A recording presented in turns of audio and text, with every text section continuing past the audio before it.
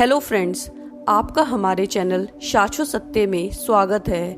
आचार्य चाणक्य की सही एवं सटीक बातें हैं जिनका अगर आप पालन करें तो आपको सशक्त एवं कामयाब होने से कोई नहीं रोक सकता।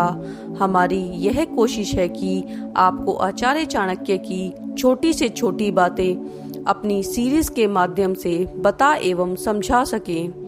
आचार्य चाणक्य के अनमोल वचनों के सारे अध्यायों के लिंक आपको हमारे वीडियो के डिस्क्रिप्शन में मिल जाएंगे, जिनको देखकर आप अपने जीवन में सुधार एवं तरक्की पा सकते हैं। चलिए शुरू करते हैं आचार्य चाणक्य के अनमोल वचनों का 36वां अध्याय।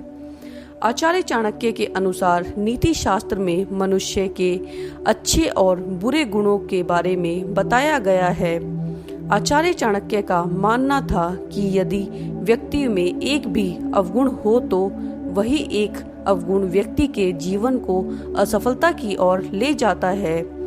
आचार्य चाणक्य, जिन्होंने अपने ज्ञान को सिर्फ खुद तक ही सीमित नहीं रखा बल्कि दूसरों का भी मार्गदर्शन किया है, अपने ग्रंथ चाणक्य नीति में आचार्य चाणक्य ने अपने अनुभव के आधार पर लोगों की जीवन शैली को आसान बनाने का मार्गदर्शन किया है।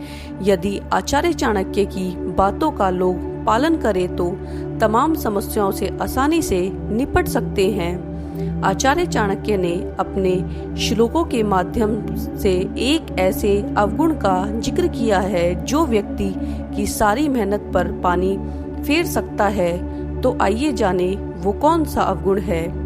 आचार्य चाणक्य का मानना था कि किसी भी काम में सफलता के लिए मन को काबू करना बहुत जरूरी है। जिन व्यक्तियों का मन स्थिर नहीं होता उन व्यक्तियों को ना तो लोगों के बीच सुख मिलता है और ना ही वन में। ऐसे व्यक्तियों को लोगों के बीच ईर्ष्या जलाती है और वन में अकेलापन। यदि ध्यान दिया जाए तो व्यक्ति के जीवन में किसी भी काम में सफलता प्राप्त करने के लिए मन की चंचलता को दूर करना अति आवश्यक है, क्योंकि जिस व्यक्ति का मन चंचल है वो व्यक्ति चाहे कितनी भी मेहनत क्यों ना कर ले लेकिन जल्दी ही सफल नहीं हो पाता।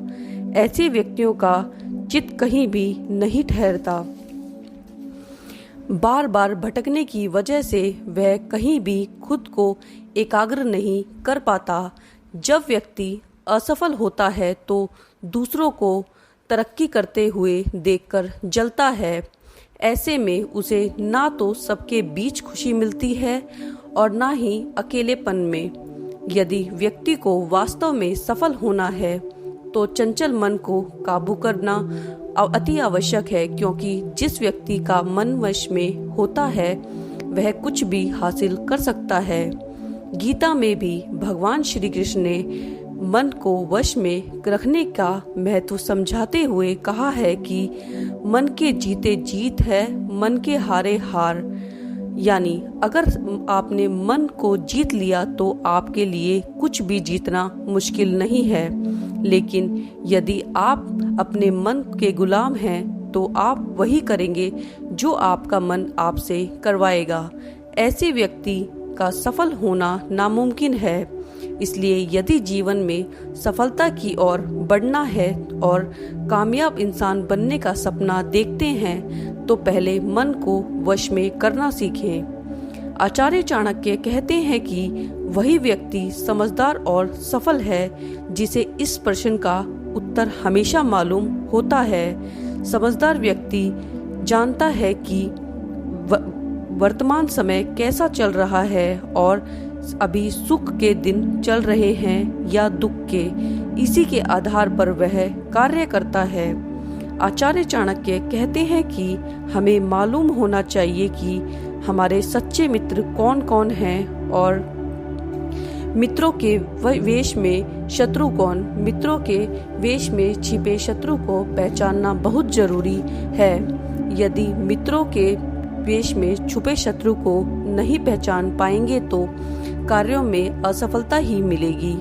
यदि देश कैसा है, यानी जहां हम काम करते हैं वह स्थान, शहर और वहां के हालात कैसे हैं, कार्यस्थल पर काम करने वाले व्यक्ति कैसे हैं, इन बातों को ध्यान में रखते हुए ही काम करेंगे तो असफल होने की संभावना बहुत कम होगी।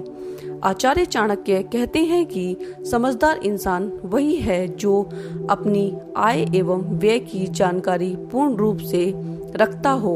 व्यक्ति को अपनी आय देखकर ही व्यय करना चाहिए। आय से कम खर्च करेंगे तो थोड़ा थोड़ा ही सही धन संचय हो सकता है।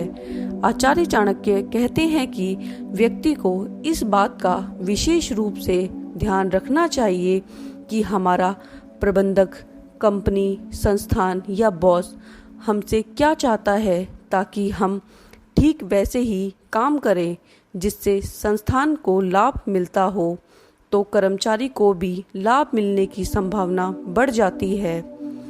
आचार्य चाणक्य के अनुसार आखिरी बात और सबसे महत्वपूर्ण, हमें ये मालूम होना चाहिए कि हम क्या क्या कर सकते हैं, वही काम हाथ में लेना चाहिए जिसे पूरा करने का सामर्थ्य हमारे हाथ में हो। अगर शक्ति से अधिक काम हाथ में लेंगे तो असफल होना तय है।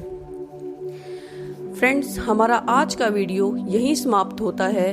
आशा करती हूँ हमारे द्वारा दी गई जानकारी आपको उपयोगी लगी होगी।